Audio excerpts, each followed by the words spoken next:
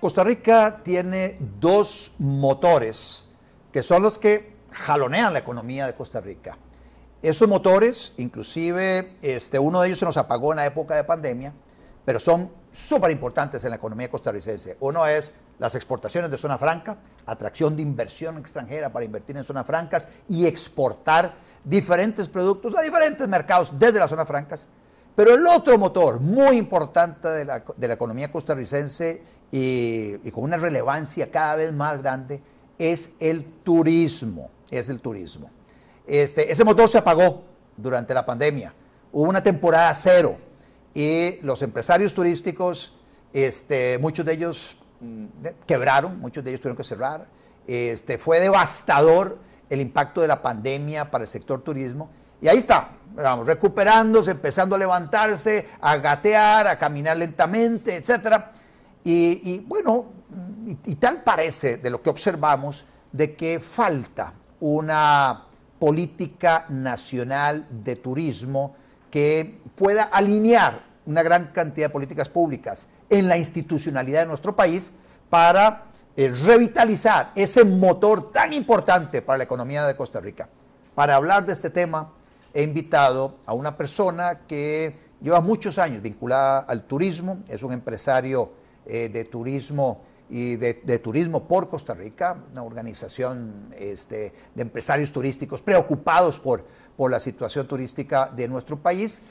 Este empresario es Barry Roberts. Bienvenido, Barry. Muchas gracias, Otto. Es un gusto y un honor estar aquí y agradecido con vos de que le dediques la atención al turismo, porque estos medios son, si tuviéramos una selección nacional de turismo, los periodistas y los medios serían los delanteros, porque son los que tienen la capacidad de comunicar, educar, incidir y dirigir a nuestra comunidad en la dirección correcta. Y es lo que más falta le hace a Costa Rica en este momento. El título que escogí para esta entrevista, Barry, tiene que ver con esa ausencia de política nacional en materia de turismo. Tal vez si pudieras vos comentarme si estás de acuerdo con este planteamiento. No, es nuestro grito de batalla. Ajá. O sea, no solo estamos de acuerdo, en nuestro grito de batalla. ¿Por qué?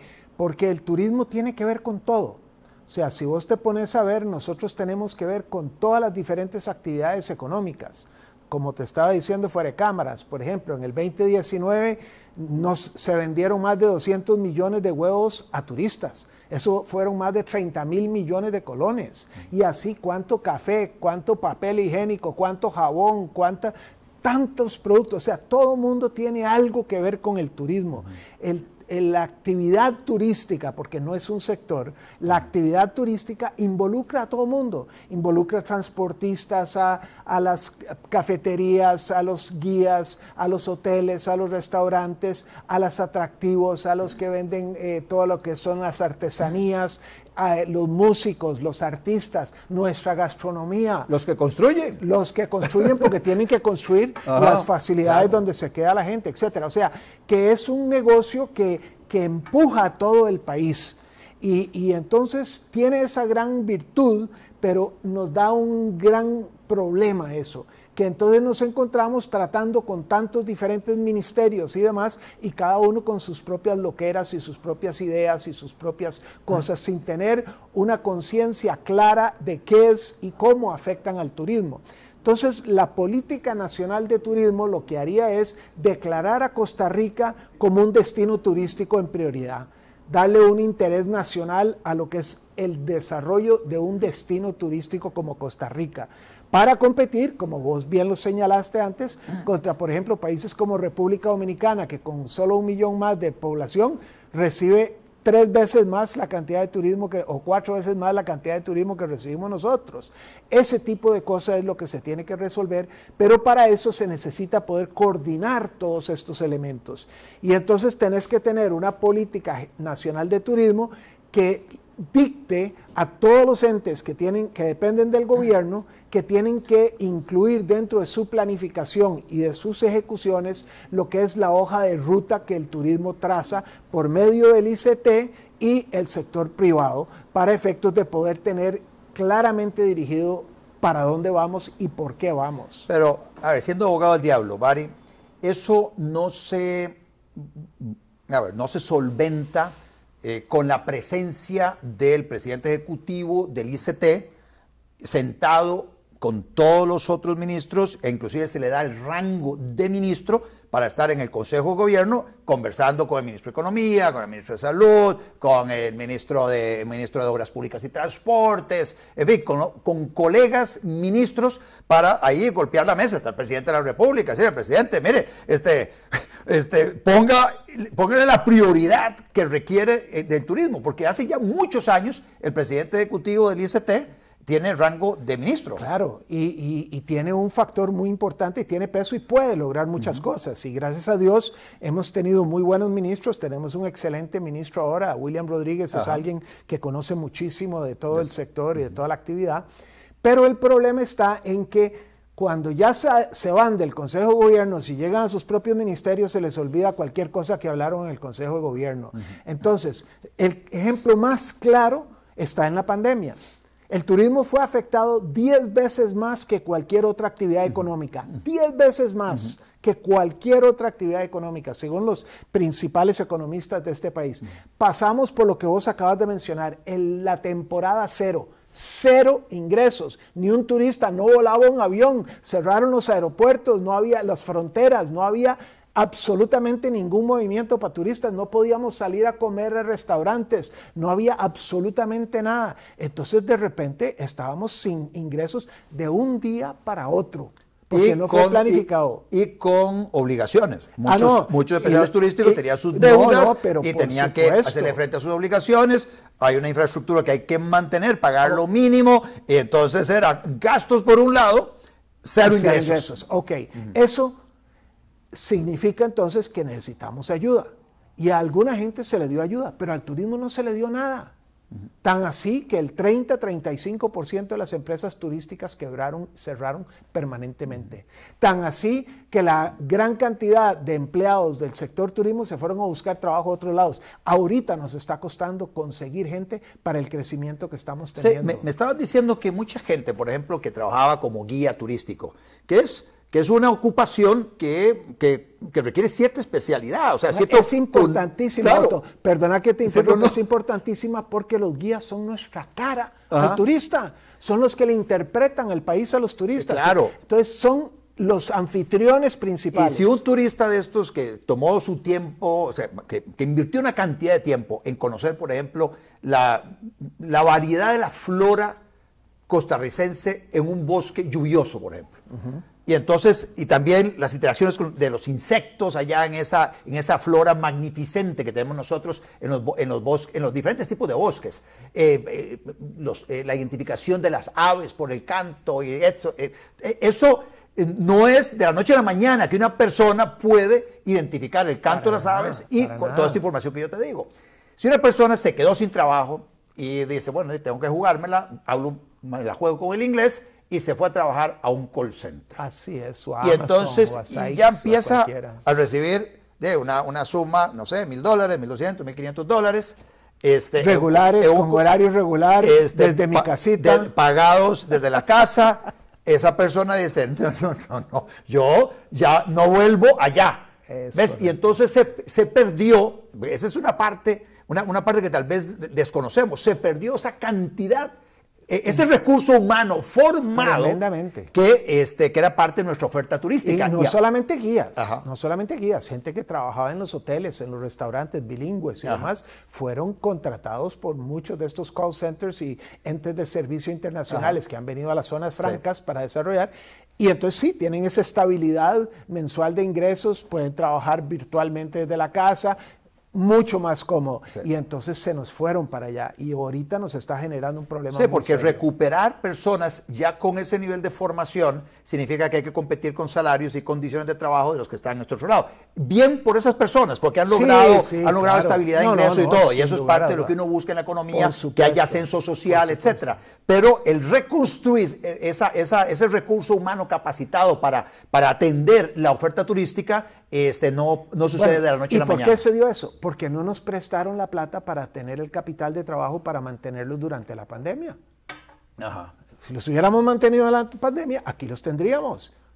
El problema es que no teníamos eso, y entonces se fueron, porque no les podíamos pagar. Si a todo mundo se le dio reducción de salarios y demás, o sea, o se cerraron completamente. Pasamos del 2019, que teníamos 251,000 trabajos directos y 750,000 indirectos, ahorita estamos como en 160,000 directos y como 450,000 indirectos. Es una reducción enorme de fuerza laboral que ha afectado muy seriamente los ingresos de muchas familias y de la actividad turística en general. Entonces, ahora que estamos recuperando volumen, estamos sin la mano de obra necesaria para poderla cubrir. Hablábamos, Bari, de la ausencia de esta política nacional de turismo. A pesar de la presencia en el Consejo de Gobierno de una persona con rango de ministro, que es el presidente ejecutivo del ICT, golpeando la mesa, sus colegas ministros y hablando con el presidente, etcétera, decís que cada quien se va para su lado, cada ministro va a las competencias de su cartera y se olvida de tal vez la importancia de articular políticas públicas en esta materia. Claro. ¿Cuáles son las áreas en estos momentos más, o sea, que requieren de una intervención inmediata, donde hay un fuego, un incendio en estos momentos en materia turística? Dos áreas específicas. Primero, el tipo de cambio. Ajá. Lo que está pasando con el tipo de cambio, ya le voy a entrar en detalle, es otra pandemia para el sector. Es realmente serio. Y lo otro es la inseguridad ciudadana, que eso nos afecta a todos. Ahora, tanto el tipo de cambio como la inseguridad ciudadana afecta a todos los costarricenses. A toda la población, sí. Entonces, nosotros no estamos procurando una solución para el turismo. Estamos procurando una solución para todo el país que beneficie al turismo y que el turismo sea líder para sacarnos de la problemática económica que está causando en parte esto. Pero no hay una voluntad manifiesta de parte del gobierno de resolver esto. De hecho, en la reunión que tuvimos la semana antepasada con el presidente del Banco Central, nos dijo, señores, esto va a seguir para abajo por los próximos meses y entonces puedes estimar 500, 450 para abril, el tipo de cambio. Eso es un golpe, pero letal para nuestra economía, porque el turismo está recibiendo en este momento casi 20% menos de lo que recibía anteriormente. Y si fuera que los costos están bajando, entonces decís perfecto. Pero la realidad es que los importadores que están beneficiándose con todo esto, ¿quiénes han bajado los precios? Sí, aquí ¿Dónde han bajado la electricidad? ¿Dónde han bajado el agua? ¿Dónde han bajado las tarifas? No han bajado nada. Las tarifas, y si tenemos deuda en colones, porque las pasamos a colones por la pandemia para tratar de balancearnos un poquito, ahora estamos peor porque necesitamos más dólares para cubrir los pagos de las deudas. Y entonces hay una gran cantidad de cosas y encima de eso el Banco Central, por ejemplo, eleva los intereses de los colones, entonces la gente vende dólares para meterlos a invertir en colones. Esas son manipulaciones que ellos dicen que no, que están totalmente afuera y que no están tocando. Mire, puede ser teórica y científicamente todo lo correcto y no dudamos ni de la ética ni de la intención de quienes lo hacen, ese no es el punto. El problema es que yo no me lleno con eso. Ni vos te llenas con eso, ni la gente que trabaja con nosotros se llena con la buena intención tuya. Si no tengo colones. Y fíjense que nosotros en la actividad turística empatamos o equiparamos los salarios a dólares para beneficiar a nuestra gente, para que cada vez que subiera el dólar pudieran ellos recibir más dinero. Y resulta que ahora están recibiendo casi un 20% menos para comprar lo mismo. Y más caro porque la inflación sigue. Y entonces si a esto le agregamos, por ejemplo, vea qué cosa más dura es esto de la competencia a nivel internacional. Costa Rica tiene un costo de vida que está 20% por encima del promedio de Latinoamérica. O sea, es el más caro de toda Latinoamérica. Entonces ya empezamos mal porque ya somos caros. Un destino turístico caro. Ya somos caros. Además de eso, los países contra los que competimos, que realmente son tres, México, República Dominicana y Colombia, son los que más compiten contra nuestro mercado principal, que es Estados Unidos, pero México, al ser fronterizo con Estados Unidos, tiene una situación totalmente diferente. Pero República Dominicana devaluó en el último año su moneda 16% y Colombia un 21%. Si a usted le agrega a eso el 16% que revalorizamos nuestro colón, le estamos dando un 37% de ventaja competitiva en precios a Colombia. Eso no es sostenible, para nada. Y entonces, cuando usted se pone a ver que los países que generan, y Estados Unidos es casi el 80% de nuestro negocio ahora, y está entrando en recesión, ¿qué va a significar eso para la disponibilidad de dinero para poder viajar? Se va a recortar. Acuérdese del 2008. Lo que pasó cuando se entró en la recesión, se nos paró el turismo tremendamente también. Fue un golpe muy duro. Y si a eso le damos que el 37% más caro que ir a Colombia, ¿de qué voy a hacer? Se me van a ir para Colombia. Sí, nunca vamos a llegar a las cifras de turistas que hablábamos al inicio del programa, que nosotros podríamos aspirar a que tenemos que romper un techo mental que tenemos de que nosotros somos un país pequeñito, que no aguantamos una carga turística tan grande, pero la realidad es que si tenemos a una República Dominicana con 8 millones de turistas, que acaba de cerrar el año con 8 millones de turistas, nosotros cerramos con 2.2 millones, y entonces nosotros deberíamos, y la oferta turística de Costa Rica es muy superior, mucho más amplia por todo el tema aguas termales y la parte del turismo de aventura y la parte, los diferentes microclimas que tenemos en el país, la biodiversidad que tenemos. Entonces, todo eso hace que Costa Rica sea un destino interesantísimo. Tenemos casi que el mismo tamaño de República Dominicana, ellos sí son un poco más son un poco más de gente que vive allá, pero tienen 5 aeropuertos internacionales y a través de eso les llega esa cantidad de turistas que podrían muchos de ellos venir a Costa Rica. Así es, pero ya ellos tienen una ventaja de más del 30% en tarifa, porque ellos tienen un 16% que devaluaron, más el 16% que nosotros ¿verdad? Volvimos a subirle el precio al colón, entonces ahora lo que estamos es con un 30% de desfase de competencia con República Dominicana. Y entonces no solamente es ese tipo de cambio, porque vos podés irte un poco más para atrás y ver que tal vez la variación no ha sido tan fuerte, pero si usted se pone a ver, Otto, que en el 2019 la variación total de la moneda desde el principio, desde el 1 de enero hasta el 31 de diciembre, fue de un 7%. Y aquí, en los primeros 15 días de enero, ya hemos pegado más del 6%. O sea, son golpes demasiado duros en muy corto plazo que están matando nuestra liquidez. Si el turismo no está reclamando por insolvencia, está reclamando por falta de liquidez, de repente el dinero que me está llegando no lo puedo usar para pagar todas las deudas y todos los costos que tengo. Y yo tengo contratos en turismo por lo menos a un año plazo para que las aerolíneas vengan, para que los mayoristas vengan, etcétera.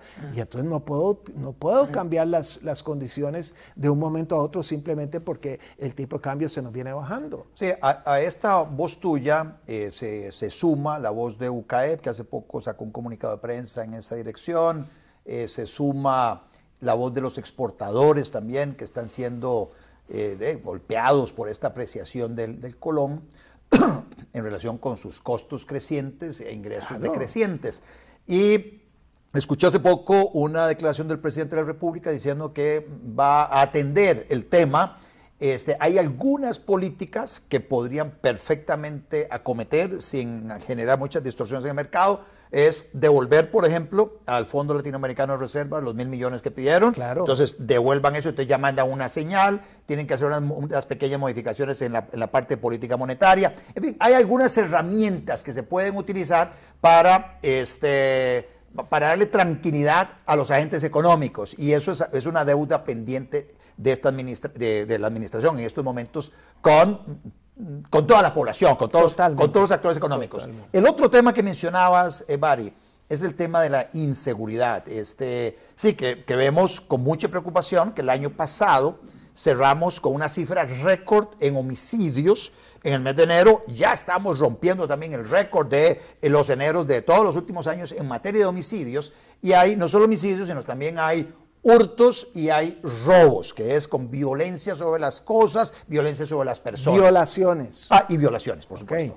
Entonces, vea, las manifestaciones del señor presidente son correctas, pero no demuestran un entendimiento de la profundidad de la afectación que está generando, tanto la problemática monetaria como la problemática de inseguridad. Porque él ahora dice que la inseguridad se debe, no se preocupe, en Costa Rica la inseguridad se debe a problemas de guerras entre narcotraficantes y demás. Puede ser que eso sea cierto. Pero cuando la noticia sale al mercado internacional, ¿usted cree que la gente está oyendo quién fue el que lo hizo o no lo hizo? ¿Y por qué razón? ¿Por qué razón? Sí, por eso. Lo que están viendo es simplemente las cifras alarmantes que están pasando. Entonces, eso por un lado. Por otro lado, las redes sociales tienen un potencial enorme de ayudarnos muchísimo, pero también pueden ser nuestro peor enemigo. Así es. ¿Por qué? Porque se riega la bola muy rápido. Y entonces, usted se pone a ver, por ejemplo, que el 80% de nuestros turistas vienen de Estados Unidos. Cuando has ido a Estados Unidos, ¿cuándo has visto una casa con rejas? ¿Cuándo has visto que la gente se preocupe porque dejaron algo en el carro y que no lo puedan, se tengan que bajarlo, cuidarlo, etcétera? No. Entonces ellos llegan aquí acostumbrados a otro tipo de vida. Ellos llegan aquí a salir, llegan a la playa, tiran la toalla en la playa, ponen sus camaritas muy lindas en la toalla. El teléfono celular. Se meten al mar, cuando vuelven a salir, uy, ¿qué pasó? Ok, o los carros, los rentacars son los vehículos más atacados en el país. Es continuo el ataque a los rentacars, porque la gente deja las cosas dentro del carro, porque es como parte de su casa, ¿verdad? Sí. Se van moviendo de un lado al otro, y entonces eso genera un problema muy serio. Entonces nosotros tenemos que entender que el costarricense de todas formas ha sido en cierta manera muy carebarrito, Otto. Hemos nosotros dejado en manos de la policía, en manos del Poder Judicial, del Ministerio Público, lo que es el trato con la delincuencia directamente. Pero todo eso está bien. Hay mucho que se puede mejorar. Ya hemos visto cómo sueltan gente y demás con grandes problemáticas que no debieran de estar soltando. Son preguntas que nos hacemos muy, muy seriamente. Pero hay otra mitad de la ecuación, que es la prevención. Y la prevención es más responsabilidad tuya y mía como ciudadanos que la de ellos. ¿Por qué? Porque nos ponemos en posición de que nos pasen las cosas. Por ejemplo, nosotros hemos estado trabajando con las policías municipales, y entonces estaba hablando con Oscar Dobles, que es el jefe de la Policía Municipal de Escazú, que por cierto en los últimos 5 años ha bajado de la delincuencia en un 40% en la zona por usar estrategias interesantes, ¿verdad? Pero es que me dice, vea, es que, Barry, usted a las 5 de la tarde terminó de trabajar, se va a la parada de bus y está ahí aburrido, y entonces saca el celular para llamar a alguien. Bueno, acaba de incrementar un 80% su riesgo de que se lo roben. Sí. Y tiene toda la razón. Entonces, todo ese tipo de cosas son cosas que nosotros tenemos que aprender y tenemos que educar a la ciudadanía. Tenemos que hacerles que sean preventivos, que eduquen a los turistas para que pasen menos cosas, que trabajen con las municipalidades para que las municipalidades puedan ser los responsables de la seguridad en las zonas públicas, etcétera, y que nos den iluminación donde hay que tener iluminación, limpieza donde hay que tener limpieza, etcétera, etcétera, etcétera. Cámaras, sí. Todo lo demás. Pero ese es un parte del problema también por el cual se necesita la Política Nacional de Turismo. Tenemos 85 municipalidades, cantones, y están queriendo crear como 10 más, ¿verdad? Que me parece una barbaridad, pero bueno, en todo caso, de esos, ni 3 tienen planes de turismo. Entonces, estás viajando por el país y estás pasando de un cantón a otro donde las reglas son diferentes de un lado a otro.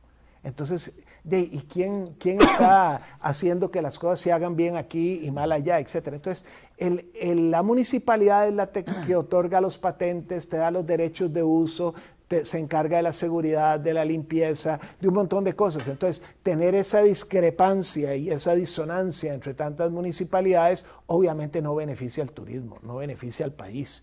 Entonces, tenemos que coger una responsabilidad ciudadana. Nosotros estamos pidiendo que el sector turismo asuma un papel de liderazgo y de responsabilidad ciudadana, al punto inclusive de recomendarle a nuestros empresarios que involucren a algunos de su gente en la reserva de policía, para que aprendan, para que sepan distinguir, para que sepan educar, para que ayuden a proteger y demás, y cosas de ese tipo, pero que también ayuden a procesar las cosas para que no se dé tanto problema contra los turistas, porque estas violaciones que se dieron en Puerto Viejo al principio de año, del año pasado, y que a los 15 días o menos habían soltado al carajo, que tenía 92 arrestos en los 6 meses anteriores y todo eso. Todo eso salió en las redes sociales y se comentó por todos lados. ¿Usted cree que las familias de las mujeres que salieron violadas o las que matan o los que matan no hacen bulla. Claro que la hacen. Y entonces tenemos un problema muy, muy serio. Un destino que no es seguro dejó de ser destino. Así es. Dejó de ser destino. Entonces, eso es un tsunami que tenemos que nos viene de frente fuertísimo. La problemática del cambio de Colón es una pandemia que ya nos está pegando, pero la inseguridad ciudadana es un tsunami que viene de camino que nos va a dar muy duro si no tomamos las medidas necesarias para poder corregir y arreglar esto. Y eso requiere de una voluntad política y una decisión política que pueda respaldar a todo el sector y que sea en beneficio de todo el país. Es que el turismo es la actividad económica más estratégica de este país, Otto. Es la que tiene que ver con todas las diferentes actividades económicas que tenemos. Y cuando le va bien al turismo, le va mejor al país. Y la mayoría del parque empresarial turístico es de microempresas. 90% de microempresas. Sí. 80% de los hoteles tienen menos de 40 habitaciones. ¿Y a dónde están ubicados la gran mayoría de estas empresas? En zonas costeras y rurales, que es precisamente donde el gobierno actual prometió ayudar, pero es las zonas efectivamente más olvidadas y menos atendidas históricamente. Se nos acabó el tiempo, Bari, pero queda la bola picando para que los gobernantes tomen el guante, tomen esa bola y la pongan a rodar en la dirección de la construcción de esta política nacional de turismo. Yo me sumo a la voz, Gracias, de ustedes en esa dirección. Nos quedó parte, digamos, dejamos material para una segunda parte de esta entrevista que tiene que ver ya con acciones muy específicas a nivel de mercadeo, el papel de las redes sociales y de los influencers en llegar y posicionar a Costa Rica como destino turístico, el tema de la infraestructura pública, carreteras, puertos para cruceros, infraestructura para cruceros, el rol que juegan las aeronaves privadas, la capacitación del INAH para el recurso humano, para el inglés. Bueno, hay muchas cosas. Es que tiene que ver con todo. Sí, claro, el Parque Nacional, las reservas privadas, el tema de los derechos de propiedad, seguridad jurídica para que haya más inversión. Bueno, hay muchos otros temas que deberían formar parte de esa política nacional de turismo. Pero aquí está, digamos, el fuego en estos momentos que requiere atención inmediata, tipo de cambio, y el tema de seguridad, porque podemos estar, si no atendemos eso, podemos perder el destino. Y entonces afectaríamos a esta cantidad de empresas pequeñitas que hoy... Y al país. ¿Cómo no? Al país y, bueno, obviamente los empleos directos e indirectos vinculados a esta actividad, que si se perdieran, tendría una afectación muy seria en el país. Muchas gracias, Bari. No, gracias a usted, Otto. Y de nuevo, te reitero el hecho de que ustedes como gente que maneja los medios de comunicación y tienen la capacidad de comunicarse con la población costarricense, tienen una responsabilidad muy grande y son parte integral de nuestro equipo para poder comunicar, educar, dirigir y promocionar en ciertas direcciones como esta que estás mencionando de la Política Nacional de Turismo. Entonces, te agradecemos a vos el apoyo en este sentido. Muchísimas gracias a ustedes por su atención y les invito a compartir esta entrevista con todos sus contactos. Está en todas mis redes sociales. Tómenla de allá y compártanla con todos sus contactos.